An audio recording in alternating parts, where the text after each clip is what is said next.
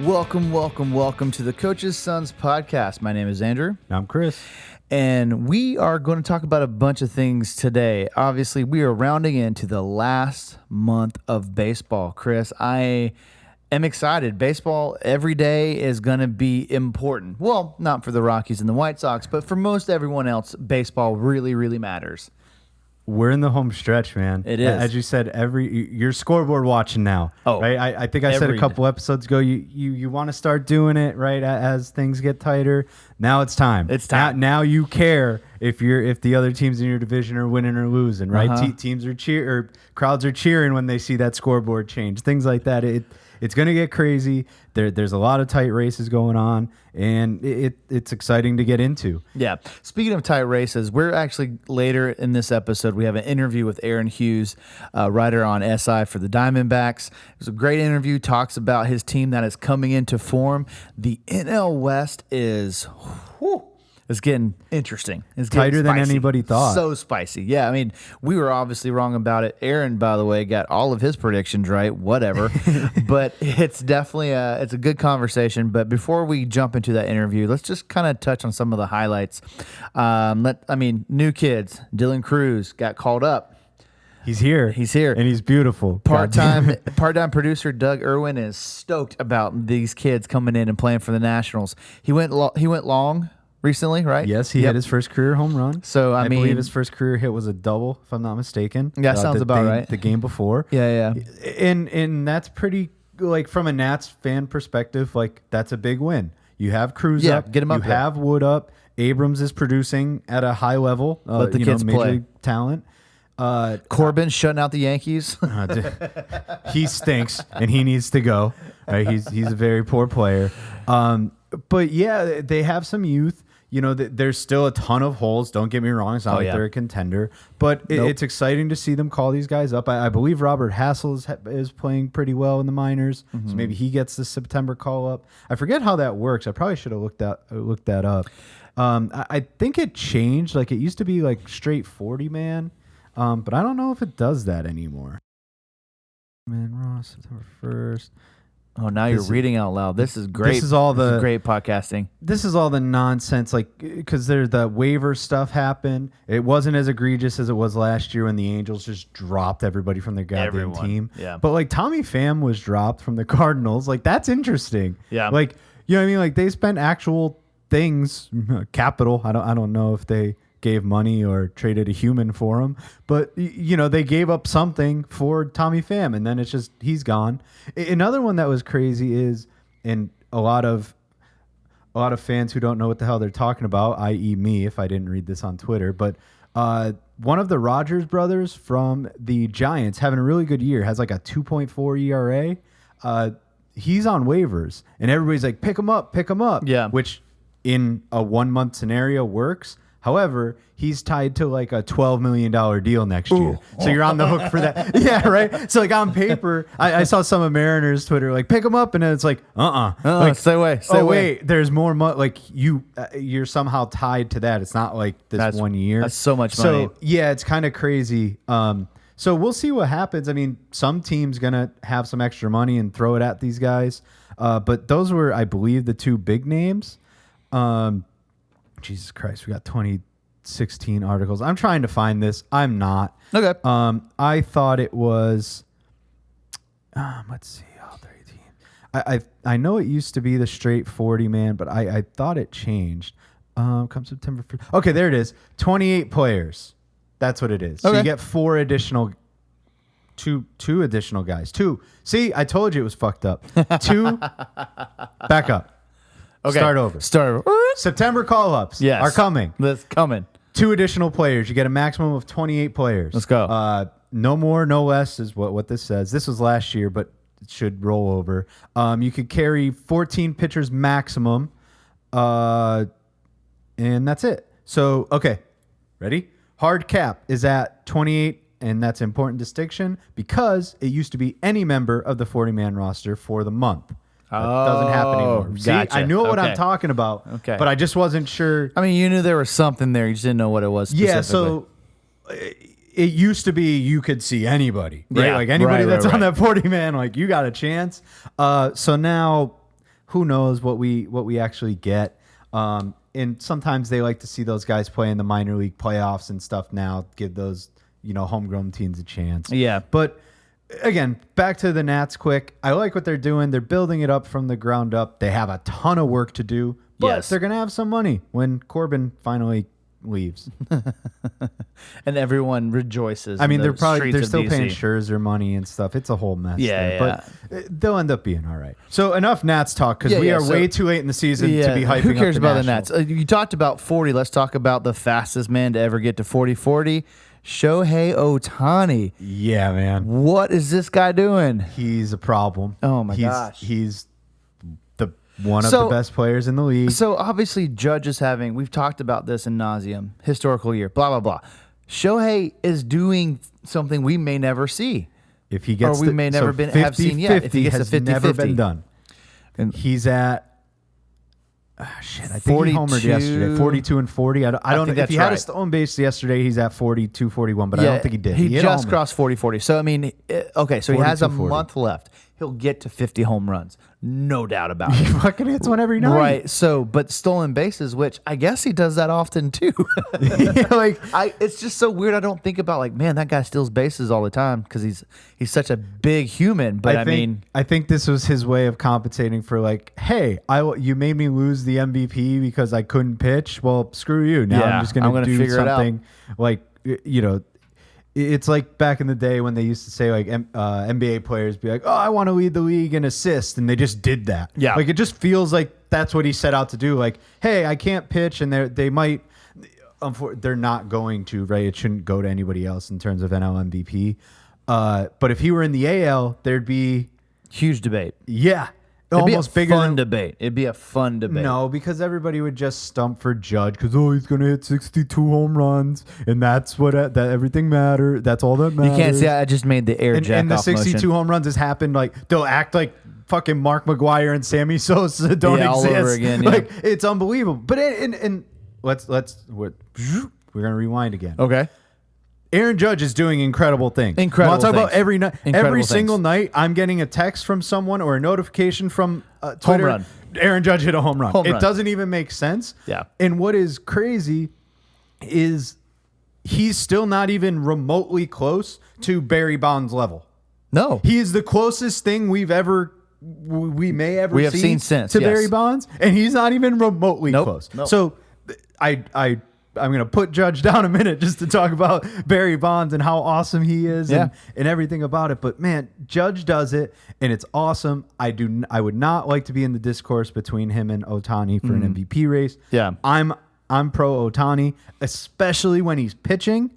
I don't think he's going for 50-50 when he's pitching. I don't think so either. Yeah, I don't think so either. It'll be interesting. I can't wait to see who Ohtani is as the dual threat guy. Or pitching and hitting. Well, obviously, he's a dual threat because he hits home runs and steals you've bases. seen him already. He's won. I know, but like just not long enough. I need a couple years, and I will be convinced that it's. The other call out is, and again, this is why I say it shouldn't. It's not going to happen, but it's still interesting to consider. Marcell Ozuna, while he's an utter scumbag, may win, may get the Triple Crown, has a legit chance. He might not catch Ohtani in terms of homers, so whatever, it'll be irrelevant. But imagine winning the Triple Crown and just not even unanimously losing the MVP. Oh yeah, he will. Not even you won't get one first place vote, but you won the Triple Crown, and that's and I may have my finger on the pulse way wrong there, but that's just how it feels to me. It feels like no. I mean, look, here's the deal. Judge is obviously the golden boy, and so is Ohtani, and it's hard to beat those guys if they're playing well. To beat them in those votes, right? It's just going to be really difficult. Ozuna, scumbag. Having a phenomenal year. Great baseball. Better baseball player than person. That's damn sure. And you know what sucks too for Soto, who's having a fucking great year, has no shot at MVP. Not a chance. And you know who else doesn't either? Is Bobby Witt Jr. That's true. Oh yeah, that's right. Yeah. You talk about the top echelon of performances going on right now, and there are a lot. There are a lot of historic things happening between, to your point, to Judge and Soto. I think we mentioned it last podcast. They're doing things that We have not seen one other pairing in Yankees history have done. It's incredible. Shohei is doing ridiculous things. I'd love to see him get to 50-50. Just to say we were around to see it, right? We watched it happen. I love witnessing history. And what's crazy is he's going to go 50-50 and then next year be back on the mound and be the ace for probably what would be the number one team in baseball again. Yeah. Because talk about injuries, they're just hurt all over the place. Yeah, everywhere. So it's awesome. It's fun to watch. These guys are must see. It even strengthens my argument of MLB TV. Turn on to these guys every single time they're batting. Mm-hmm. You want to know what the difference is? And another point to Barry Bonds. Every time Barry Bonds would come up to bat, ESPN would be... I don't even know if MLB Network existed at the time or was a big deal. It wasn't in my cable package. I don't think it was. But literally, whatever was on was cut out for a Barry Bonds at bat. Yep. We're not there yet with Judge and Ohtani, and maybe we do get there. Maybe as 50-50 gets close, maybe as Judge gets closer to 62. But they're not. Maybe MLB. I'll have to watch MLB a little bit closer. We'll see what happens this last month. You know what I mean? I'm excited. It'll be interesting. Now let's pivot from top performers to performing so bad you get fired. Yeah. Scott Service. I thank you for your service, pun intended. Something had to happen. Okay. And unfortunately, it was him. We'll start this as the Meh-riners minute. Scott Service was fired, and I don't like it. It's not ideal, but the way the team's performing, something has to happen. It feels very... knee-jerky. Well, I don't know if knee-jerky is the right word. I can't believe they would let a manager go when you're still in the hunt. Well, the Phillies did that, didn't they? Wasn't that last year? I don't care. It's the Phillies. I hear you, but they did a similar concept, and maybe they were struggling a little bit more. But right. I mean, the regime's been there for quite some time. Yeah. Off the top of my head, I don't know. I'd have to go back to Mariners Twitter. Say 8 to 10 years. Okay. 9, I think, is the number, but I'll just use 8 to 10. And it's the same goddamn team every time. The same thing happens. And like he brought us back to the playoffs. Magical run. It was awesome. He was animated. He was a what I thought a clubhouse favorite. Yep. And he left or got fired, and DePoto's doing the interview after, and that means DePoto isn't going anywhere. And I think it should have been a package deal. Yeah. Right? I think I would have been okay if that was what happened. Mm-hmm. And do you think he lost the locker room and that's why they fired him? That's what it seemed led to believe. And players like, haven't said anything, I don't think. That nobody's there is good. I think he's too good of a guy to just like poo-poo him in that regard. Yeah. But maybe that's how he lost it. Yeah. Right? Like maybe not being... we'll say stern. I don't know. I don't want to speak for that. I know some ex-players. I know like Cameron Maben came out about some stuff. He was only with the team a little bit after. I'd say he wasn't there long, yeah. But it sucks. Yeah. It's not ideal. But enter Dan Wilson. Mariners, we'll call him a legend. I think great. Mariners great. Yeah, there we go. Mariners great. Yeah. He brings in Edgar. Edgar Martinez comes back to be the hitting coach. Love it. Yeah, I mean, sure. I would love one of the best hitters of all time to be my hitting coach. So I guess we'll see what happens. Big picture, I don't love that Jerry's still around. But if I can be frank, I think Jerry DePoto is wildly overrated. Right. I think he shuffles the deck chairs on the Titanic every year, and I don't and that's how I feel. And I could be wrong, and I could be proven wrong. But it was sad. I didn't like it, but maybe that's a small spark they needed. I think they're 4-2 under Wilson. They've won 2 straight series. Take that. Yeah, win those series. They have a relatively easy schedule coming up. The Astros are running through a tough schedule. They are 3.5 games out. Astros play tonight, so could be 4, could be 3, depending on what happens. We're in the thick of it. This is what I mean by scoreboard watching. We watch the game. Oh, shit, Astros lost. This is a big deal. This game means more, right? Oh, this game already meant 9 out of 10. Now we're at fucking 11 out of 10. Yeah. Go win the goddamn game. They didn't do it 2 days ago, and that hurt. But anyway, that's where we're at. Scott's gone. It stinks. But playoffs are there. It's possible. Long month to happen. Mm-hmm. Let's switch over to the Braves, bud. You know, I've been ready to hit the panic button. You have been. You've been dying to hit this button. And here's and Riley's out now. Like, what the fuck, dude? I mean, so right now, and here's why the panic button hasn't been pressed is because the Phillies are self-destructing. We're only 5 games out on those guys. And we're right now, by the way, we're beating them 4-0, which, look, if we can walk away from that series, if we can win that series, that's great. But listen to who's playing. Merrifield is at second base. Laureano is playing left field. Who's this? Luke Williams is playing third. I mean, Luke Williams. Yeah.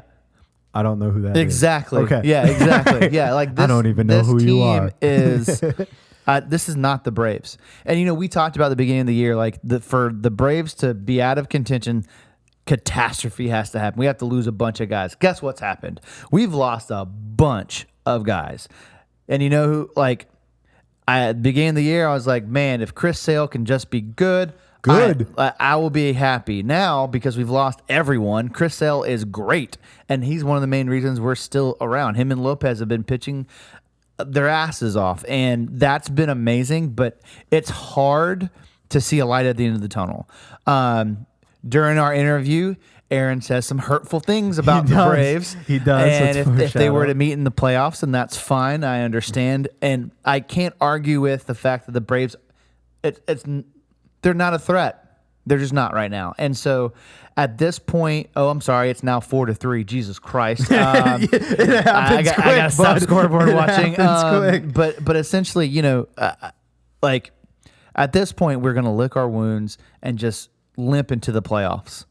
And I hope make it hard for someone, but there's no way, there's no confidence in the fact that we can actually make a deep run. Not with this lineup. All you need is a chip and a chair, man. Anything can happen in the playoffs. I don't disagree, but again, 3 guys that we've never heard of before. Azuna's having a great year. Matt's starting to hit the ball, which is great, but we're just not even close to full strength, and it sucks. It really sucks. And you know, we're just going to have to be like, well, I guess we're going to have to wait till next year. But it is what it is. It's tough to be positive. I'm not panicked because I still think we'll make the playoffs.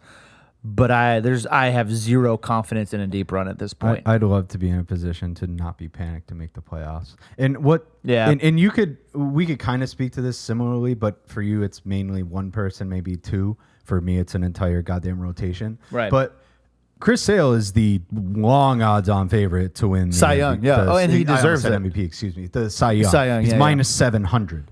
Yeah. Like, well, I mean, he's all but a lock. He continues to get better. Hey, we want a good year. No, you're getting the best year out of him. Yeah, and getting a great year. It's almost wasted, right? And I say almost. You're not wrong. Right? Like you're not wrong. And I hurts. I feel you because the Mariners, and you could go into super expedited stats, but they're still top 5 in practically every pitching category. Yeah, I was looking at a graph that was showing what every team led in.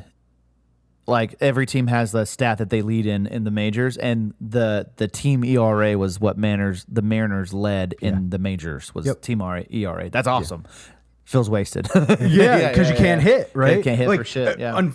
Luckily, we haven't been that injured, right? Julio missed a little bit of time, I guess. Right. But like our guys are just underperforming. Yeah. You at least have an excuse. We have a big excuse. It's an unfortunate excuse, but it's an excuse nonetheless. It is. But yeah, both the vibes are not good in Seattle and Atlanta right now. No, we have lost the mojo at the beginning of the year, and so we're at this point just kind of limping into the playoffs. Which I mean, it is what it is. Like I'm still going to watch every single game. I'm still going to root for us to get those upsets. There's the confidence level is just not there. It's just not. But that is not going to take away from the fact that this month is just going to be fucking fun. And I love watching September baseball. I mean, obviously October baseball, everyone knows that's great, but this last month is just so many things have to happen because of how tight some of these races still are. So, and in fact, it's so tight. There's only one team only one team eliminated from the playoffs. What team is that, Chris? 3, 2, 1, go. The White Sox. Correct, yes. You know who's actually better than the Rockies right now? Or worse than the Rockies right now, other than the White Sox? There's one team. I don't know. Nope, Marlins. Oh, Yeah, yeah. The Marlins. So I forgot about. See, they might as well just fall off the The map. Marlins, the Rockies have kind of played a little better baseball recently. Although they have the hardest. Aaron references this. They have the hardest schedule for the rest of the They have to year. go like 500 just to not get 100. No, it's not even 5. It's like 13 and 15. Yeah, they won't. Though. They won't do that. No. They're going to lose 100 games for sure. So that's fun. embarrassing. That's fun. Let's switch vibes for a second. Okay. We're super high. We're super high. And I'm going to hit us with a Joey Votto retiring. And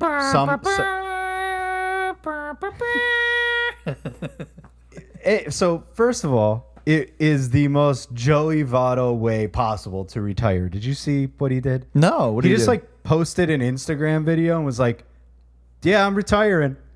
and that was it. And I think What the a guy. description had, a little bit longer. Yeah. But like the video may have been 5 seconds. Like, yeah, I'm packing it in. And there's probably a lot of people who, if you're not super, in tune with everything, may have thought he packed it in anyway. But he was trying to hang on. He was with the. He had a minor league contract he was doing. Jays. Yeah, that's what I was thinking. Yeah. He was holding on. Those Blue Jays guys were throwing out a stat that the Blue Jays have had a 40-plus-year-old player have an at-bat for like 7 straight years. And he was their chance to do it again? To do it Wow, again. So they interesting. kind of lost that. But shout out to Joey Votto. Like, what a great pro's player. Pro. Yeah. Great player. I don't think he's going to get enough credit for how good he was. No. Because he should be a no doubt Hall of Famer. Well, he was in the and no offense, he was in the shadow of like Pujols. And he wasn't like that type of statistical player. But yeah. man, like he got on base, he made contact. Yep. Like, he wasn't. I mean, he's got. He was the only game in town in Cincinnati for a very, very, very long time. He's got an MVP. Yep. Yeah. Yeah. That's right. Yeah. Shit, I don't know how he finished second, but he had over 1,000 OPS like 3 or 4 4 times. Yep. He's played 100. Like Mr. Consistency in terms of games, played 162 twice. Played 161 once, 151, 150. Like, the guy was a damn good baseball player. Very good baseball player. Career 920 OPS. Mm-hmm. That's a Hall of Famer. Yeah. I don't disagree. I think he's definitely a Hall of Famer. And I don't think he flew under the radar either. I think everyone knew he was a great ball player. I think, obviously social media and stuff has kind of focused in on players' personalities, and he was one of those guys that everyone was just like, man, I love Votto. What a cool dude. I want to go have a beer with Joey Votto, and I think that says a lot about the kind of person he was. Hopefully he's not a trash human that we find out years later. But not from my understanding. Yeah, but everything I know is that it would he's have not come that. out by now. You Somebody would would think have been so. holding on to something. Yeah. So where the hell is he?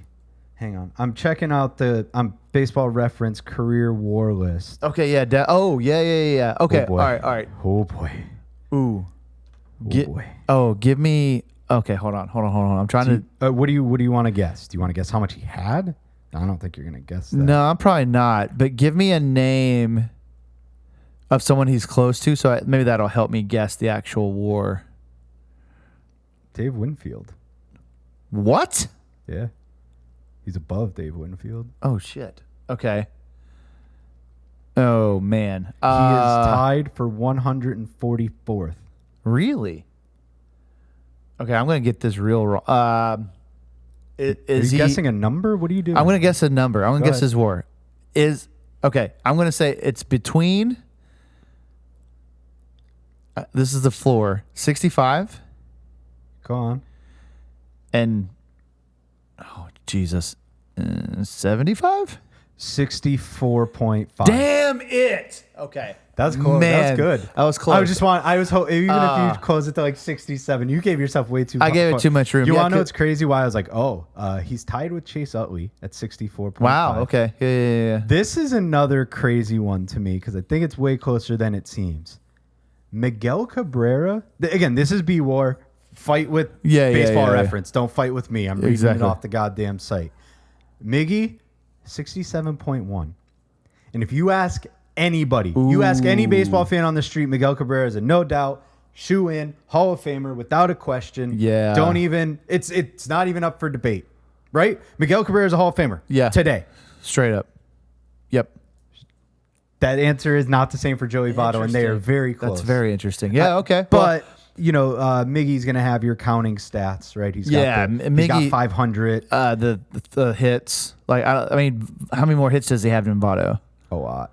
Like, a lot more. Well, what's he got? 3,100. I must say he's in the threes. I don't think Votto was even sniffing that, was he? 901 OPS. I don't think so. Yeah. Sorry, I got off. Well, speaking of Miggy, so like with Votto retiring, the 2029 Hall of Fame ballot is going to include Miggy, Yep. Joey Votto, and Zach Greinke. Another guy who's not given any credit. He's not, but dude, that guy won a lot, and that guy was a stud for I agree. way longer than we give him credit for. And that's a hell of a trio for sure. What's his career WAR? Oh shit! Pitch. See, I'm bad at pitching WAR. All right, Hank. I'm really bad at pitching WAR. Yeah. He is slightly below Tom Glavine. Fuck off. Tom Glavine 80.7. Okay. Zach Greinke 77.5. Wow. Okay. Well, I mean, okay. Here's the deal. You know who else is in that mix? All the guys we used to fight about. Justin Verlander, 81.5. Verlander, Kershaw, 79.7. Yep. And Scherzer, 75.4. Yep. That makes sense. Again, what's the conversation on those three guys? Hall of Famers, no doubt. No questions asked. All three of them Hall of Famers. Yes. 100%. Zach Greinke comes up and is like, That's right. right? It shouldn't be. Weird. That's I'm strange. not Okay. saying me, Chris Crouchick of the Coach's Sons podcast, have all three of those individuals on the 2029 ballot in the Hall of Fame. Yep. Don't care who else gets added in the meantime, which we'll have an idea later. Yeah. Those three are Hall of Famers. There are a lot of people who will not put Zach Greinke in the Hall of Fame. Greinke was not. I don't feel like Greinke was liked as a He was like a person. He was kind of was he a shit talker? Was he a bad teammate? I feel like there was a personality problem with Greinke, right? I don't know. Because like I'm going to Miggy, say the wrong word. He was an introvert. That was the word. Oh, okay. He was just like an odd duck. Okay. Like he just didn't care to talk to the media. Interesting. Okay. I mean, the dude's got a Cy Young. He's finished second, finished fourth. He's gotten MVP votes. Like, he's a Hall of Famer, man. yeah. Like, I don't know what else you want me to say. Well, I mean, I guess that's the argument. Like, if you win a Cy Young, does that mean you automatically should be a Hall of Famer? Right. No. But I bet if we looked at his career stats, a Hall of Fame, a Cy Young on his way to 2,979 strikeouts and 77.5 career WAR. Yeah, that's pretty good. That's the icing on the cake. Yeah, that's pretty Right? freaking good. Were yeah. you ever one of the best pitchers in baseball? Yeah, I was. Yeah. Well, and I think the problem is, so if you look at Kershaw, Verlander, Scherzer, what are the things those guys have in common? Well, we're talking championships now. Okay, but also how many Cy Youngs do they all have? Oh, they have multiple. Yes, they all have 3 to be exact. And Really? so No shit. they all have 3. Whoa. What? Greinke's got some silver sluggers. I don't give a shit. Who are you, Doug Irwin? We don't care. Oh, sorry. We don't I drew a blank. I thought you were pro pitchers hitting. No, I'm sorry. no, I don't care. I forgot. Don't care. But he does have silver sluggers. That's funny. But again, those conversations get weird because again, on paper, all 3 of those other guys are in. Zach Greinke doesn't get the approval from every baseball fan or every baseball writer. Yep. I think they're wrong, but. So here's the deal. Those 3 guys are automatic. Greinke, I would think about it, but then probably vote yes. But those other guys, I don't even think. I'm like, yeah, of course they're Hall of Famers. Greinke, I'm like, he was definitely good for a little while, and I'd have to look at just his He was good career. for a long time. But he was good for a long time. Those He may are have things we pitched too forget. long. He may have pitched too long, and that's fair. I think he's got a lot of rings too. By the way, didn't he play on a bunch of teams randomly that one, or am I making that up? He has no championships? I can try to tell you that. Or maybe he just always played for good teams and was traded a decent amount. I don't know what the actual result is, but I don't think he ever won. okay, then never mind. Take that back. I must be thinking of somebody else. But again, I think like one Cy Young does not make you a Hall of Famer. Three of them that's do. not what I'm you know what I mean? saying. And I think but I'm just saying that's what the argument is. And I also don't feel like he was well liked. Not that people hated him, but he wasn't a well liked player out there. So who knows? But I mean, again, that's a great. We'll see who else gets added to that ballot. But that's what we're looking at right now in 2029. And that, I mean. Let's go. Like, put him in Cooperstown. Let's go. See you there. See you in Cooperstown. See gentlemen. you there. What else you got? You know what? I mean, there's really not much other than looking at the standings, right? And then we can get to the interview. At this point, the races have gotten pretty tight. New York and Baltimore are just they're going to battle. That is a heavyweight fight till the end. I don't think we'll have any decision there. But what's gotten tighter in the AL is Cleveland and Kansas City. Those guys are within a game of each other now too. That's going to be a slugfest. So I think both of those, and no offense, I mean, obviously you guys are within 3.5, so it's not over, but it's the furthest of the three races in the AL. Mm-hmm. So the AL is going to be really fun to watch. And then the wild card side, I mean, again, you guys are 4.5 out of the wild card, so you're don't love it. Yeah, behind three. You want to know what pisses me off? What pisses you off, Chris? Look at it and you tell me. Just look at the standings. Baltimore, Kansas City, Minnesota, Boston. Oh, did we jump ahead of them? Detroit? Yeah. Yeah. You're a half game above Detroit. Are you kidding? To Detroit, we're that can't happen. Yeah, that's awesome. Okay, so Detroit's still, and Tampa Bay's 6 games, Toronto's 8 games. So I mean, essentially in the wild card, I mean, what do you think is too far out? 5 games, 6 games? It's like who's dead in the water? Who's dead in the water for sure? Just for the sake of argument, I would consider the Rays out, but I guess they have a slight chance. 6. But the fact that you're 6 out and behind 4 teams. Yeah, that's fair. Yeah, even the Mariners, they're still behind the Red Sox, who are behind the Twins. You know what I'm saying? So now you're rooting for 2 teams to screw it up. Okay, so at this point, if you're above 5 and you have more than 3 teams ahead of you, you're probably dead in the water. Rays are probably out, but again, I guess it's not over, right? If the Mariners are there, but there's a chance. Yeah, but well, I mean, I've been saying it for a while. I don't think the Mariners' path to the postseason is it's got to be division win. Is the wild card. I got you. And so when you look at the NL, the freaking Diamondbacks and the Padres are leading the way. Yep, they're going to fight it out. And then it's us and the Mets, and we're going to fight it out. Now, we're 3.5 up on the Mets. But then after that, it's like the Cubs at 5.5. I think it's Mets. Louis at 6.5. And I think the Cubs and the Cardinals and the Giants, they're all out of the picture. Based on the Cubs are 7-3 in their last 10. That's fair. That's a surprising thing. That's fair. The Cubs have played well recently. So, I mean, let's just say... They also have the same record as it doesn't feel right. They have the same record as the Seattle Mariners. Oh, wow. Right? Okay, no, that's... Okay, all right, well... That doesn't feel right to me. That's not fair. So the world is not fair. The Chicago Cubs are not as good as the Seattle Mariners. They definitely are not. So, but for the argument's sake, NL, Arizona, San Diego, Atlanta, Mets...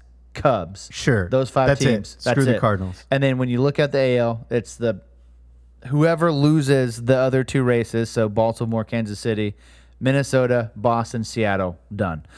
Even though you're a half game ahead of Detroit's still hanging around. I have zero faith in Detroit. Buddy, I've been saying I have no faith in anybody in the Central since December. Yeah. And here we are. We're behind 4 of them. So okay, all right. So I mean, it's interesting, and again, this is going to be awesome. I do have one more question before you cut me off entirely. I'm ready. This started from Dan, and then our boy our Reds Dan, guy. Reds. Is he still trying to say the Reds have a shot because they don't? No. Okay. He's packed it in. All right, cool. They just speaking of call-ups, they just called up one of their pitching prospects, Rhett Lauder. So I texted him the other day. I was like, Rhett Lauder, and he's like, yeah, we got nobody else. Yeah, why not? it sounded very defeated, if you will. I get it. So a question he brought up to me, and since then I think some things have happened, but he said, who wins NL Rookie of the Year? And without looking, I was like, Skeens, because he's got the notoriety, right? And he's the fan favorite, like media darling, all that. Yeah. looking at it right now, like Jackson Merrill, talk about odds, like he's minus 500 to 700 right here's now. Here's the deal. If I will be pissed if Skeens wins Rookie of the Year. Okay, let me back it up. I said I didn't believe that Skeens deserved it over Merrill. Okay, gotcha. But I said that's how I believe it will go. So this is how polls work, right? It's an indictment on the bigger body. Yeah, I know. So I ran a little poll on Twitter, on X, whatever the fuck you want to call it. A couple days ago, who should win? Rookie of the Year, Jackson Merrill, Paul Skeens. It was like I got a whopping 12 votes, but if you extrapolate that out, let's go. That's more than people listen sometimes. Shh, no, that's not true. That's not true. When we extrapolate that out, definitely more than people watch our YouTube videos. It was like 83% Paul Skeens. Damn. Yeah, it's image, man. That sucks. But Paul Skeens is pitching his balls off. I mean, I know he's pitching well, but Jackson Merrill is a home run away from 2020. Exactly. Or no, he talked out of his ass. He texted me that today, and he's a liar. I'm calling him out. Dan, eat shit, dude. Jackson Merrill's 4 stolen bases from 20. Okay, he did tell me that. That's my fault. Wait, so you're taking back? I called him a piece of shit. I take it back. Okay. I am the piece of shit. Okay, I agree Hand with up. that That's on me. He said Jackson Merrill's 4 stolen bases from 2020, and I thought it was 1 because he was at 19 homers. So he's got 19 home runs and I guess 16 stolen bases. Baseball reference. So he's close to 2020. He'll make it. Merrill, because when you talk about MVP, you're talking about player impact. Rookie of the Year, not MVP. I'm sorry, Rookie of the Year. I may have said MVP. And so yes, Skeens has pitched really well, but I don't believe his impact on the team has elevated the team. Well, you can say that about every pitcher, though. That's tough. No. There are players. There are guys that pitch at such a level that everyone rises to that. He has a 2.23 ERA. He is 8-2 with 136 strikeouts in 109 innings. His numbers are good. What do you want? Again, I'm fair. I'm playing the devil's advocate point of I like Skeens. I blindly said Skeens will win because of who he is. Yeah. Why everybody he's loves so him. popular. It's Skeens Day, right? It's this and that. And Jackson Merrill's hitting fucking walk-off grand slams or whatever he's doing at 1 o'clock in the morning Eastern time when the rest of the world's asleep. But Jackson Merrill's silently putting together a good season for this finally, we'll call it up-and-coming Padres team, but this finally arrived Padres team. Like, they're in a playoff spot. He's playing very well for them. So this is my argument. Like, he's playing on a great baseball team. And is one of the best players on that great baseball team. He's the odds-on favorite to win it. That's good. I'm glad to hear he's the odds-on. But I'm not surprised that the public opinion is Skeens. That doesn't surprise me at all. Yeah, that's all I want to say. Is okay. But and also know the public isn't baseball writers or whoever the hell. Right. Yeah. It's people who are on Twitter and TikTok and shit. It's going to cause some controversy. That's a hard word, Chris. It's a hard one. Yeah, how about that? You can't even talk. I can say word. Damn, what's wrong with this? I do have to give out love to one of the other Jackson. Jackson Chirios having a solid season. Great year, yep. Not to this level, no. But still worth the call out. Baseball's in good hands. I hate when people say that shit. Baseball's in good hands. 4 home runs and a Hold on, stolen base. stop. You hate when people say what? Like the sport's in good hands. Oh, okay. You hate people being positive about the future, Chris? Yeah. God, you're so. What are you, like a boomer? No, this the fuck is wrong with you? It's a dumb thing to say. Yeah, it's a weird take. The sport's in good hands. I said the baseball's sport's always in good hands. Okay, that's not true, but okay. You could name a player at every single age from stupid argument from 19 to 35 that are legitimate Major League Baseball players that carry the game. Fucking Paul Goldschmidt's in that argument. The game's always been. Paul Goldschmidt's been in the league for 13 years. The game's always been in good hands. Good hands. Okay, fine, whatever. I'm sorry to derail you. You're pissing me off. The fact that you have an anger take on that is ridiculous. That's all I'm pointing out. I'll get off my soapbox. Okay. All right. Here's the deal. We I love you too. we talked a lot here. We appreciate you guys tuning in for us. Make sure to keep listening. We've got Aaron Hughes, Diamondbacks writer of SI Now. Great insights into the Diamondbacks. We're going to have him on hopefully in the postseason, assuming everything goes according to plan. Yep. But super good information. But make sure you check him out. Aaron R. Hughes AA Aaron. Aaron. Aaron. R Hughes. That's on Twitter and X. Again, thanks for listening. Enjoy the interview.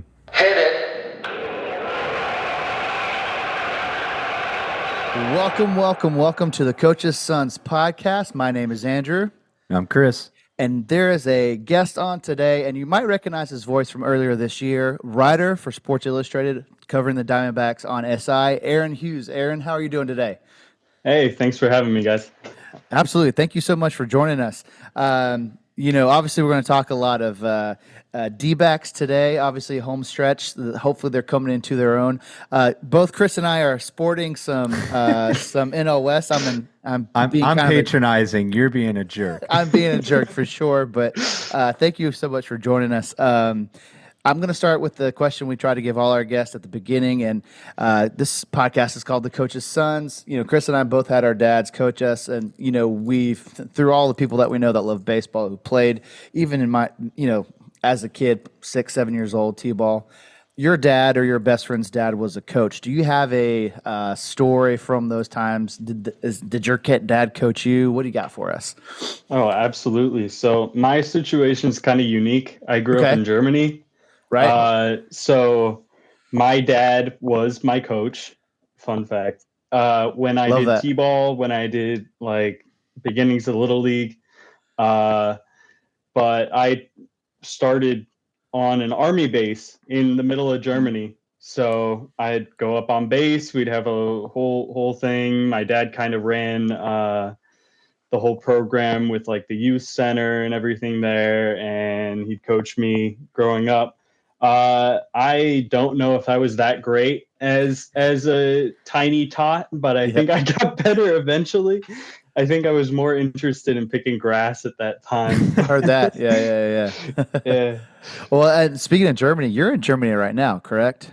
Yes, I am. That's awesome. So it's midnight or later for you. Thank you for joining us at this hour. So we appreciate it. So of course we're here to talk Diamondbacks, and I'm going to start off and just be like, what's happened to the Diamondbacks? Because we were starting to write them off.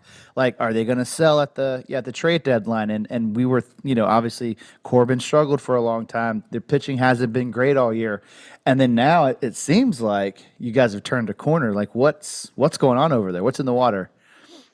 Yeah, so they've absolutely turned a corner. I can lay down some stats for you guys, we love it. Just to make it. If you guys had to take a guess, what team has won the most baseball games since June 1st? Who would you guess? Because it's the Arizona Diamondbacks. I assume it's the Diamondbacks. Most runs scored in MLB this year. It's the Arizona Diamondbacks. Yeah. Most RBIs since the All-Star break. It's Eugenio Suarez, third baseman. Okay. I love him. Corbin Carroll, in last night's game, hit as many home runs as he did in the first half of the year. No. So it's been crazy. The Diamondbacks also lead all of MLB in grand slams. Okay. They have tied an MLB record with 9 different players hitting grand slams this season. Wow. I love that. That's awesome. Yeah. So it's honestly, it's been incredible. This team entering the year, it wasn't really supposed to be built around the offense. We had this elite bullpen coming in that was just on a rampage in the playoffs. We had invested so much in the starting rotation between Eduardo Rodriguez and Jordan Montgomery, on top of this core of Zach Gallen, Merrill Kelly, and Brandon Pfaadt that had kind of been built in-house. And what it's turned into is this offense that has been spearheaded by Jock Peterson, who has been phenomenal, that have just absolutely carried this team back into, a race for the division at this point. Mm-hmm. Let's say, because you're like 3 games behind the Dodgers, or 3.5 game behind the Dodgers. Now 3.5. 3.5. I believe it's 3.5 until ago. The Dodgers play. Yeah. And then also you're about 3.5 clear, or 3 games clear of the wild card. Like, you're leading the wild card side, correct? I'd have to check back on that, but I know I hate how they do it. It's like you're 3 up on the Mets, who are like 4 up on whoever they're up on. So I think you're 7, 6 now. I see what you mean. Yeah. What would be is we're 2.5 clear of the Braves.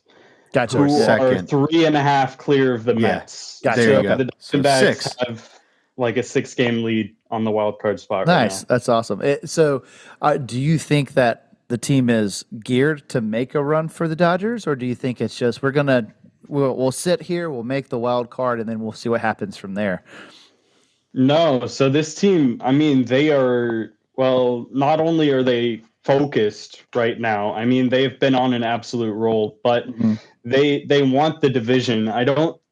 So there's some people who talk about the bye and what that's done for teams in the playoffs coming into this year. But I still think that it's something that the team wants, and especially to be able to take that division from the Dodgers, that big rival that they managed to sweep out of the playoffs last year. You know, that's something that nobody would have seen coming into this year. Yeah. Besides maybe me, but we'll get to that later. You know, to have a chance to go for that, I don't think that there's a single person on that 26-man roster, even on the 40-man roster, that isn't going full cannon, going for that spot. Nice. And I think it's going to be a fun race, especially with this 4-game series coming up here.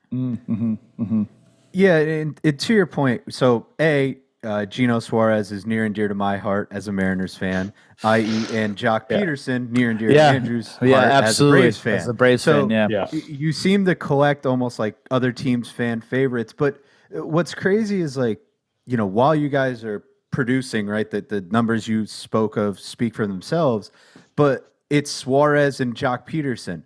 Until August, it wasn't Corbin Carroll. And then another guy that's near and dear is Jake McCarthy, because he's from my hometown of Scranton. So I'll always root for him. I always hope good things. But, you know, you find all these little guys in the mix and making these big contributions. You've got Christian Walker, who hasn't been around in a while now, or so it seems. Ketel Marte can't get himself right. Hopefully this next time he's healthy for good. Like, how I'm trying to think of the right way to phrase this. It's not how important are these guys, but how do they come in and know that they have to fill these shoes so fast? Because coming from the Mariners' perspective, these role guys aren't doing it. And it just feels like in Arizona, everybody's stepping up at the right time. And here they are poised to make a run with this giant series starting tomorrow, which Friday to Monday doesn't even make sense, by the way. Can we talk about that for like a second? I have no idea. You were trying to tell me, we were talking through DM, and you're like, yeah, well, the game is, there's a 4-game series. Like, this guy doesn't know what he's talking about. But then I saw they're playing on Monday. I was like, that doesn't even logically make sense. But that was a quick caveat. Huge series coming up. The Diamondbacks are on fire. Tell me how, why these guys are producing the way that they are. Is it just a locker room thing? Does everybody just buy in the same way? Because as I was messaging you, I wanted you guys to sell me Ketel Marte at the deadline. Yep. Yeah, good luck. Ketel Marte might, if he didn't get injured, I'm pretty sure that we'd be talking about Ketel in the MVP talks still right now. I think he'd be right up there with Ohtani. But about the role guys, it's something that a lot of teams might not be as used to, but with the Diamondbacks, it's the next man up philosophy. It's something that Torey Lovello, the manager of the D-backs, has built into the clubhouse. Everybody buys in. Everyone. From the backup catcher to the last guy on the bullpen, every single person is just as invested in this team and in winning every single ball game and doing what they can to win a baseball game as the big stars like Corbin Carroll, Ketel Marte. They're all bought in, and when it's time for somebody else to come in, it's like instant production. It's been insane. I mean, Josh Bell was acquired from the Marlins at the deadline, and all he did was have a two-homer game with one of those home runs being off Chapman. It was the fastest pitch hit for a home run ever. Oh, that's Period. right. Yeah. Josh Bell. Which is insane. I mean, Luis Guillorme, he got a go-ahead single in a game yesterday. He's been playing crazy defense, and he's just some guy. He was sitting at home in Miami when the Diamondbacks called him and were like, "Hey, we need a guy right now because Cattell has to go on the injured list. Can you come by?" And he joined the team, and he started clicking. It's been insane. This next man up philosophy. Gabby Moreno goes on the injured list. Adrian Del Castillo comes up. He had an OPS over like 1,400. It was an insane stretch. It's incredible. Yeah, it's incredible. And you're looking at all the things the Diamondbacks have done. Christian Walker's been out with an oblique. Gabby Moreno's out with a groin strain. Ketel Marte's out with his ankle. The Diamondbacks were missing Merrill Kelly, Eduardo Rodriguez, and most of their rotation for most of the year. It's a wonder that they're even staying above water, let alone leading the wild card right now. Yeah, they've been crushing it, and especially offensively. I think Andrew wanted to go, so I'll let him take this one over. No, I just, you talked about Eduardo. I feel like pitching's definitely your soft spot right now. And I don't know. I don't think he's really performed well yet. I don't think he's pitched much further than the fifth inning. Do you think that you're just kind of waiting? The offense is waiting for pitching to catch up, or you think the pitching's just it's just not going to be there, and your offense is going to have to carry you for the rest of the way? I don't think that they're like waiting. I think that the offense is going to do what they can to win a ball game on every day. And this team who scores potentially 7 runs a night might just be who the Diamondbacks are. I mean, early in the year, we saw games where they scored 12 runs and then they'd score 1 run the next day. And we'd be like, okay, they just used up all their runs for the series and now we can't get any more. And now we're seeing that more consistently. And with Eduardo Rodriguez, he's been solid so far. He hasn't been great. He's been exactly kind of what they needed from him, which is just a guy who goes out there consistently, can give you 5 or 6 innings, and he's going to give like 3 runs, 2 runs, 3 runs a game. And he's just going to keep you in that ball game and turn it over to what has been an elite bullpen. And with what Montgomery has done so far for the Diamondbacks, it's really honestly, I'm kind of happy with what we're getting from Eduardo Rodriguez here. Yeah, especially with that lost season. Right now today, if you had to start, you're starting 4 pitchers. So clearly it's Gallen, it's Fott, it's Merrill Kelly. Who's your 4, Nelson or Eduardo Rodriguez? Putting you on the spot. Well, I don't see. It's funny here. If we're going purely on who's performing the best right now, are we thinking long term here, or are we thinking who's the best right now? We're starting a playoff series. We're not doing a 3-man rotation. We need a guy game 4. Give me Ryan Nelson. Give me Merrill Kelly. Give me Brandon Fott, and give me Eduardo Rodriguez. Zach Gallen might not make that start. Oh, wow. Really? Because Gallen, his fastball location has been off. He's been inconsistent. It's been really tough. And Ryan Nelson's been one of the best starters in baseball since the All-Star break. He's had like a 2-ish ERA. Yeah, you went where I wanted you to. I wanted you to talk up Nelson, but I didn't think we were going to slander Gallen. I'm not slandering Gallen. I'm saying he needs to figure out that fastball command, and I'm pretty sure he'd tell you the same thing. That's fair. In all honesty. Is he pitching through an injury or something? No, he's had some hamstring issues this year. He has spent some time on the injured list. But I think this is really, it's all about that fastball command. I mean, what we're seeing from the off speeds is pretty similar to what we have seen previously. And I know we looked at it on Diamondbacks on SI, but the command really hasn't been there. And we're really waiting for that to turn around because getting Gallen at his top potential is top 3 pitcher in the league. And that what I was saying wasn't to slight Gallen. It was just to say he's probably the guy who's struggling the most right now. Yeah. That makes sense. I put words in your mouth there, hand up. Anything to start a controversy for our tens of listeners we have going on. But that speaks volumes, right? And that's why we have you on, because in my head it was, Gallen's your one, right? In my opinion, he's your game one starter one. And who knows, that might ultimately be the case. He will be. Correct, but that's an interesting perspective. If hypothetically he doesn't get it done in the playoffs, we have this for you to be like, hey, I kind of told you so. He didn't really have it. He struggled, and offensively, runs come at a premium in the playoffs. Yes, you're not. You need a quality start out of your pitcher, or you're going to the bullpen immediately. You can't really give up 3 or 4 runs in a playoff game and let your guy hang out there to dry like you would in the middle of August. So that is going to be interesting to watch, and certainly down the stretch too as these big games. Is Gallen lined up to start against the Dodgers? I've not looked. Yeah, it's going to be Gallen versus Kershaw. I actually have the probables for you guys right here. Hit me. I don't know if it's official yet or not. I think it is.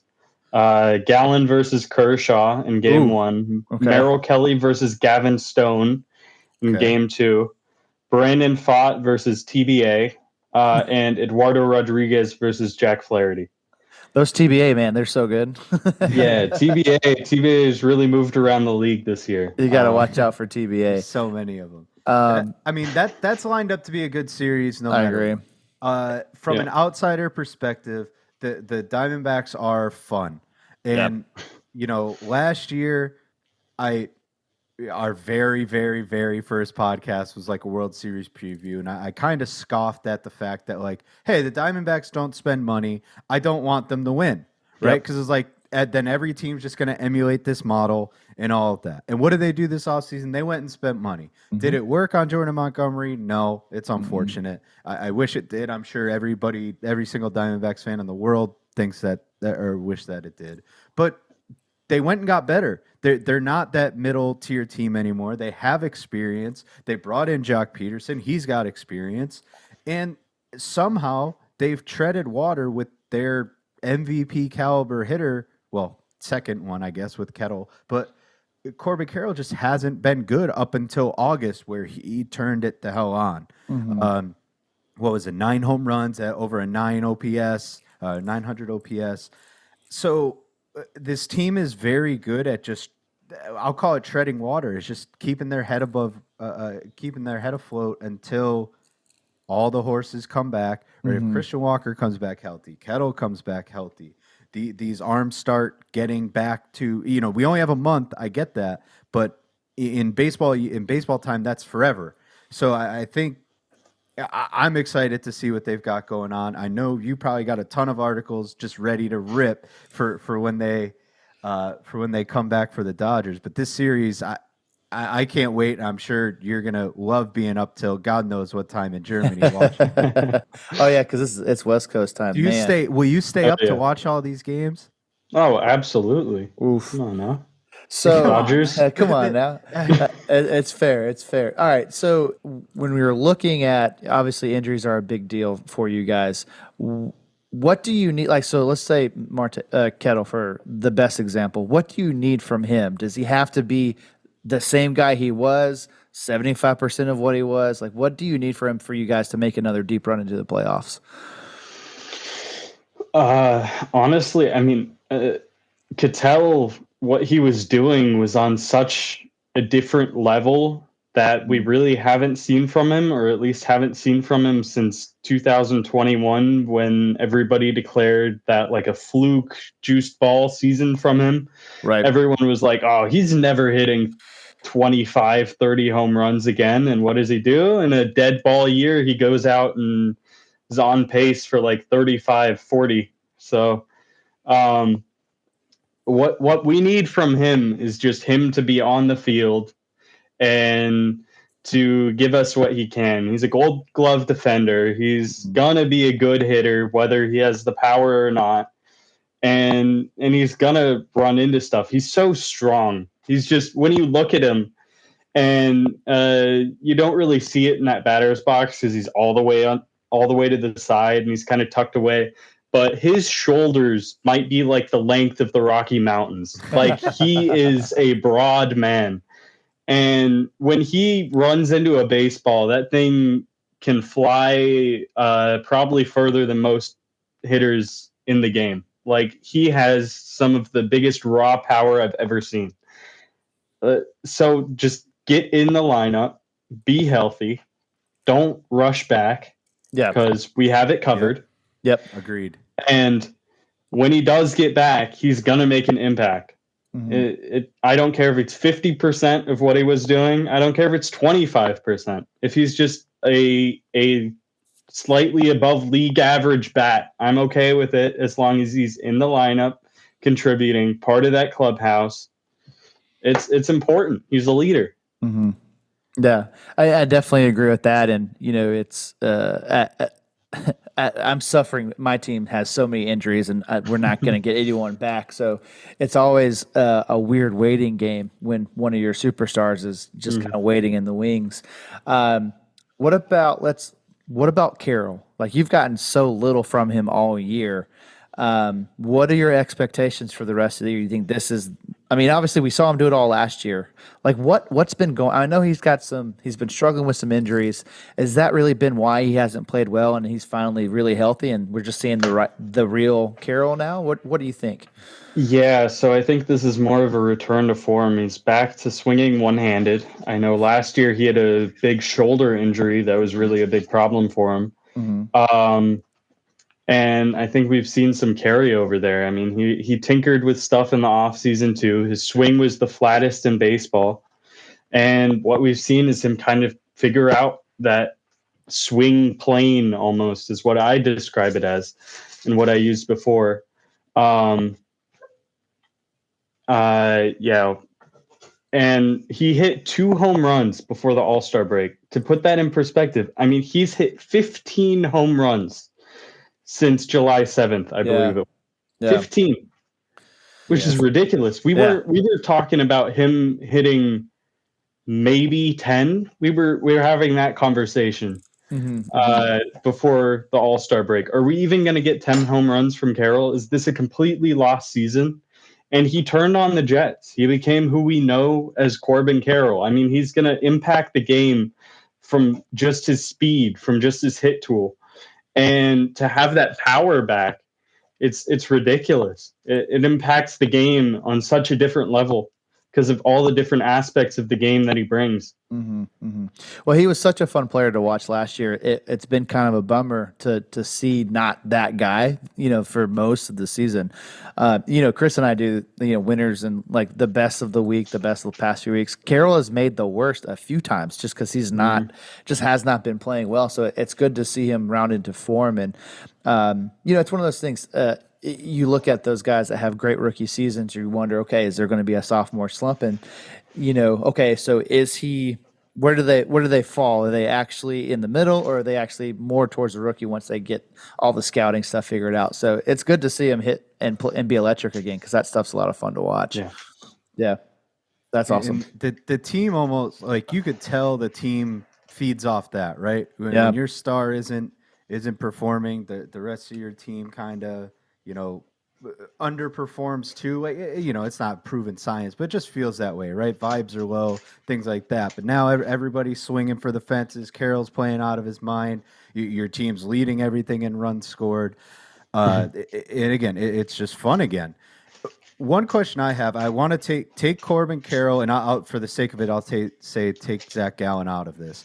Who is the most important hitter and pitcher going forward the rest of the season, and then we'll just say in a playoff series? Who needs to be that guy for the Diamondbacks to make a run? For hitter, I'm not going to make things too overly complicated. If he's healthy, it's Ketel Marte. It's that simple. He is the best hitter on the team. People weren't giving him that credit coming into the year, but with that playoff hit streak and everything, he is the best pure hitter on the team. If Cattell isn't healthy or he's dealing with something still, I'd probably say Corbin, because he is just that dynamic and he does impact the game so much, and the team just wins when he's in the lineup. It is kind of crazy to just exactly what you were saying before, that when Corbin hits, the rest of the team follows. Mm-hmm. Yeah, that's the epitome of that team, that he's a leader, right? And they feed off that, and again, from an outsider perspective, you'd be like, see, that's what happened in the beginning of the season, right? He wasn't playing well, and the team wasn't. Yep. Clearly, that's not the only thing that took place, but it's a big factor. Baseball is such a vibes thing, especially getting to the postseason. Everything matters. Every pitch matters. Every at bat. So again, it's exciting. We want Corbin to be good. At least I do. I'm in the AL, so I don't have to deal with them. And what do you think pitching wise? Because I personally, I love Votto when it comes to it feels like he's just one of those guys that gets it done in the playoffs or when he needs to. But is that your pick, or who else you got? Well, first, before we get to the pitching, I want to put my money where my mouth is. When it comes to Corbin being impactful when he's in the lineup, I wrote a story back June 19th, even sooner. At that point, Corbin had a 291 slugging. Yeah, that sucks. He had just started an 18-game on-base streak. They'd come off a 5-0 win against the Nationals. And Ketel Marte said, in a post-game quote, which I used, when Corbin Carroll gets on base, good things happen. That simply. So I went on a deep dive there. And I literally went and counted every single game that they won when Corbin got an extra base hit. And I believe, if I check here, it was an absolutely insane number, but the flat swing really hurt him, because when he is getting those extra base hits, when he's driving the ball for doubles, triples, and home runs, that's when the team really responds. They respond to him. They respond to that energy that he brings. It's like Geraldo Perdomo walking from the 9-hole, starting the rallies. It's that same thing that Corbin does when he's leading off an inning, and all of a sudden a weak single up the middle turns into a triple because there's a throwing error and he's just rounding the bases at light speed. I know against your Braves, I remember this specifically. There was a drop third strike, and Sean Murphy went to throw it to first base. Matt Olson bobbled it, and all of a sudden Corbin ended up on third. Yep. Which was one of the most ridiculous things I've ever seen. It felt like it felt like baseball when you were a kid. Just everyone's throwing the ball everywhere. Couldn't catch it. It was ridiculous. I just pulled that article up. You got from that point, from that date, would you say June 19th? The Diamondbacks were 11-5 in games. He had an extra base hit, and at that point, he only had 2 home runs. So, to your point, you're just like, hey, like he gets on, they're driving him in, and they're doing something with it. Yeah, and I don't know if it's still the case, but he was leading the league in runs scored since the All-Star break, which is also because he's getting driven in. He's getting on base and he's getting driven in. He's back and in a big way, and much to your team's benefit, or to the Diamondbacks' benefit. Yeah. I mean, it's definitely, I'm a big stolen base guy too, right? So speed matters. I mean, you see it with Ellie, you see it with Acuna when he's healthy. I mean, hell, like Shohei, Mr. 40-40, like it makes a difference in the game. And when you can get on base, when you can be a threat on the pads, it just changes the dynamics, and just it's fun baseball for me to watch. So I'm glad that he's turned it around. I mean, to my detriment, because we have to worry about you guys. But I like when you guys beat the Dodgers, so I will be rooting for that full sweep for sure. I like beating the Braves too, but as long as you guys don't have Eddie Rosario, I think we'll be okay.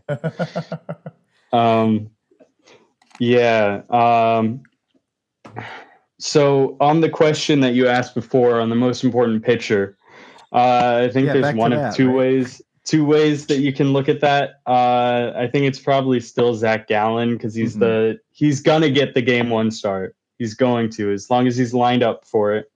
He's gonna get the ball, and if they can get what is expected from him out of him, it's difference making. I mean, it's game changing for the team to have that pure ace back. There's another perspective that you can go with it, which would be Justin Martinez, and that might be where I'm leaning right now. Okay. I don't know how much you know about him. Not much. But he might be the most electric reliever in baseball. The most electric reliever. Okay. He has a splitter that drops off like 14 inches. He is a fastball, a two-seamer. Okay. Like, lots of movement. Crazy. It's 102, 103. Oof. It's ridiculous. And a slider that breaks an insane amount too. Look him up on Pitching Ninja and just watch your jaw drop. Paul Sewald was horrible in July, got demoted from the closer's role because he just could not get people out. And Torey Lovullo moved to a closer by committee, but it's turned more into putting Justin Martinez in the ninth inning and watching him dominate. Okay, I was going to say, is that going to be your closer going forward, do you think? It's not official, but without the title, it really feels like it. Yeah. Like he's been getting every save opportunity. And the big thing with him was always his control, his walks, getting too over anxious, trying to throw the ball 112 miles an hour when throwing it 102 works just as well. But I think the importance of just having a guy at the back end of your bullpen that you can rely on, that when he comes in, you're like, okay, we feel good about this game being over and being able to go home. Yeah. That's something that they had with Paul Sewald last year, and that's something that they've been missing a little bit recently. I know there was a stretch where they would have had a crazy win streak and they would have swept San Diego and LA had they had Paul Sewald actually shut the game down. But alas, they didn't, and now it might be impacting their division chances. Yeah.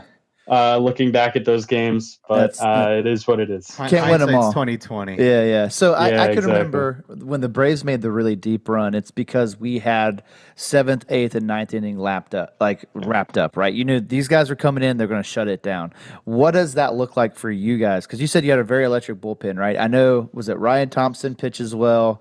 I think Ginkel pitches well. Now you got Sewald, Martinez. What is your ideal 7, 8, 9? Where like if my starter can get me there, I know these three guys are going to come in and shut it out. Yeah. So obviously you named two of the guys, two of the main contributors there. Ryan Thompson and Kevin Ginkel, two of the biggest relievers for the D-backs. Justin Martinez in the back. He's of course important, but he's already reached an innings or a career inning record for him. But because he's been walking less guys, he still has like 200 pitches before he sets a career high. Okay. But one of the biggest pieces, and somebody that they added at the deadline, somebody who's been really underrated, is the flame-throwing lefty AJ Puck, who has had a .69 ERA since joining the Diamondbacks. Dang. And a 13.2 Ks per nine, while having a 1.4 BB or walks per nine. Man. He has been incredible. That's awesome. So what is your ideal 7, 8, 9? From the left side. From the left side. So it's a situational, right? 7, 8, 9. Yeah. Yeah. It's situational. But let's say you're just going regardless of handedness. I'd have it go back to the 6th. I'd throw Ginkel, probably Ginkel, Thompson, Puck, Martinez, or Ginkel, Puck, Thompson, Martinez. Gotcha. Something in that order. Yeah. It's really strong. I mean, it's strong. It's a strong back bullpen for sure. It's strong. That's awesome. And it's worked for them. But it's something that we're going to have to watch unfold. Sadly, it's something that they did last year too. I mean, Ryan Thompson was a waiver claim last year. Kevin Ginkel spent time in the minors. He got demoted to the minors, which wasn't really deserved, but he came up and he made his debut in a back end role against your Braves. He kind of ran up to Acuna and started jawing at him at third base. But after that, he was unhittable. I mean, he didn't blow a save all year, and he had a 0.00 ERA in the playoffs. Yeah. Justin Martinez has a 2.10 ERA right now in 60 really innings pitched. That's good. With 75 strikeouts, which is incredible. So yeah, it's a strong bullpen, but it's something that they're going to have to really solidify the roles as we're continuing on here. Yeah, I think they'll do that. And hitting bullpen, you got 2 of the 3. We just got to get the starters on board. You guys will win the whole damn thing. Yeah, absolutely. So with that said, I'll kind of close it up here. We'll wrap it up with one big shebang. So the first question being, what are your actual? Give me just a percentage chance you think you can get the division. Yep. Right, the D-backs win the division, and I'm not going to say make the playoffs. I'm going to pencil them in. Hopefully, I'm not the playoff team. Death. How do we feel? Just even let's say playoffs start today. We got what, the Braves? Do you win that series? And no, Andrew's a Braves fan. D-backs against Braves. D-backs Braves starts in 2 weeks. The Diamondbacks sweep that series. No, they sweep it. They sweep it. It's. I mean, if you're going wait for this. 1 for 1, if you're going rotation, I might give that to you with Sale and Lopez. Might right? Nothing. The one thing we're better at is starting pitching. That's about it, though. That's it. That's it. That's the only thing we got. The Diamondbacks. That's it. I mean, the lineup.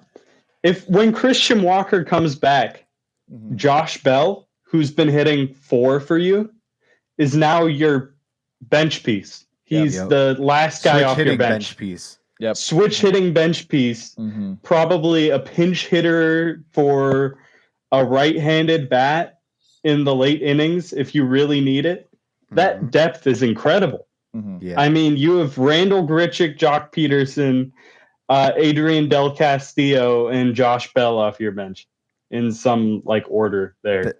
That's solid. Yeah, look, I'm not sweep, baby, sweep. I mean, we're trotting out Soler in the outfield, because we have a guy named Merrifield playing second base. We're not winning the series. I know that.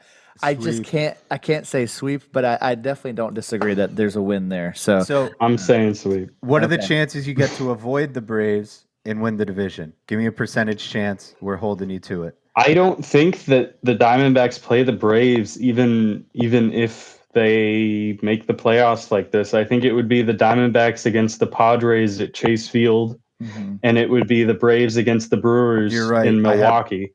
Okay. Well, do you take the Padres then? That is much tighter. Okay.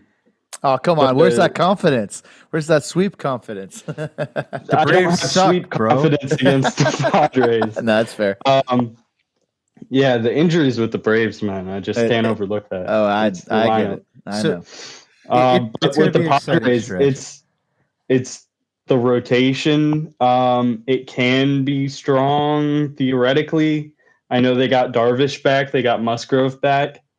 But even that, who knows how that's going to be long term. Waldron got sent down. I don't know if that's to save his arm or if that's more to actually work on some stuff.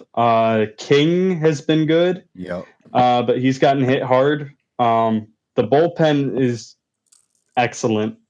And the biggest thing with the Padres is they are clutch. They are clutch. Unbelievably clutch. To the point where Diamondbacks fans and Padres fans have been trying to pay each other off on Twitter to stop winning ball games because it's been insane. I mean, you'll have the Diamondbacks win a game like 6-0, and you'll look over to the Padres score and see, oh, they're losing to the Pirates. All good. And then all of a sudden, Jackson Merrill hits a ninth inning game-tying home run, and Jurickson Profar walks it off, or vice versa. It's been insane. So that series would be incredible. I'd love to watch it. Mm-hmm. I would love for the Diamondbacks to face the Padres and the Dodgers at some point in the playoffs if they don't win the division. Wow. We're not running. We want everybody. Okay. I want it. I want it. I want them to prove that they are the team that we all know that they are. They did it last year. They took one of the harder routes. They went through the Brewers, who were like an underrated World Series type of team with that starting pitching. They went through the Dodgers and they swept, who were some of the favorites. They went through Philly in 7. They won both games in Philadelphia. They went to Texas and they won at least one game in Texas. So we saw the signs of a team that can go all the way there. And I want to go back out and prove it. You know, if you win the division, give me San Diego or LA coming to Phoenix. Right? He's got me pumped. He's got me ready to run through a brick wall. I hear you. We're not scared of anybody. Not scared of nobody. We're not scared. I love that. We can beat anyone. And those players think the exact same way. They're not scared of anyone. If you hear how they talk in those post-game speeches, I mean, it is confidence to the 100th power. Yeah. They are ready for anyone. They're ready for anything. Well, here's the deal, and I'll be as honest with you as possible. Your September sucks. You have to play the Rockies, and then everyone else is Dodgers, Diamondbacks, Giants, Dodgers, Astros, Rangers, Brewers again. Like you're in, and then you end with the Padres. So if you guys continue to play at this level against those teams, ready to go. You're going to be like, how do we not say this team definitely deserves it and should be a favorite if you're, still looking like you are now against, because those are the best teams in the NL. And you got the Astros and Rangers too. I mean, you've got to prove it down the stretch. Yeah. You may have convinced me. We're going to North Carolina this weekend. You may have convinced me to put a little future on the D-backs.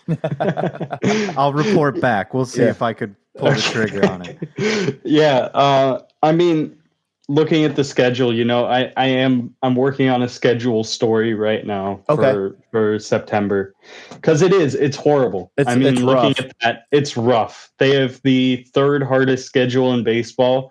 I think the Rockies have the hardest, which, that's just mean. It's tough. The Rockies, fun fact, they have to go 13-15 to avoid losing 100 games, I think. Sheesh. So good luck to them. Not happening. Yeah, no, it's not. But if you look at what they did this month wasn't that much easier. I mean, I know they had some games against the Marlins thrown in there, but they had to play the Guardians, who had the best record in baseball at the time. They had to play the Phillies. They had to play the Red Sox, who were playing really well. They had to play who else? I mean, the Dodgers now, the Rays, who aren't bad and always beat the Diamondbacks. The Mets, who were right in that playoff picture. So it wasn't a cakewalk by any means. The Pirates at the time where the Diamondbacks played and won 2 different series against them were also in the middle of the playoff picture. So it hasn't been a cakewalk, and they've taken that challenge. So I'm excited to see what they do, but I'm not saying that it's going to be an easy September by any stretch. Yeah. Well, that's awesome. And we'll look forward to reading that article for sure, because it's going to be something else. Really, we appreciate you jumping on and talking some baseball with us. Is there anything else you want to kind of talk through before we end it? Yeah. First of all, no problem. I'm excited to be here. I always love talking ball. Yeah. I told you guys I'm happy to jump on and talk anytime. I mean, 1 a.m. was an interesting choice, but anytime means anytime. We owe you one. How about that? Yeah, we definitely owe you one. We owe you one for sure. Yeah. But I hope people are excited about this Diamondback, or as excited about this Diamondbacks team as I am. People are finally coming out to Chase Field in droves. The stadium's attendance, like the attendance increase, has been one of the biggest in the league. It's the team's investing. The team's getting better. There's young players coming up. It's a really exciting time to be a Diamondbacks fan, and I hope people are buying in as much as we are, because we're really excited about this team, and I'm really excited to get to cover it. So, love it. That's Aaron R. Hughes on X, Twitter, whatever you want to call it. That's Aaron R. Hughes on X. SI Now Diamondbacks writer. Man, thank you again. 1 a.m. He is not phased. Nope. You can finally go to bed and stop talking to us. But again, we appreciate it, man. Thank you. Yeah, man, no problem. Hit it. And that was our interview with Aaron Hughes. Thank you all so much for listening. My name is Andrew. Now, Chris. And we are the Coach's Sons Podcast.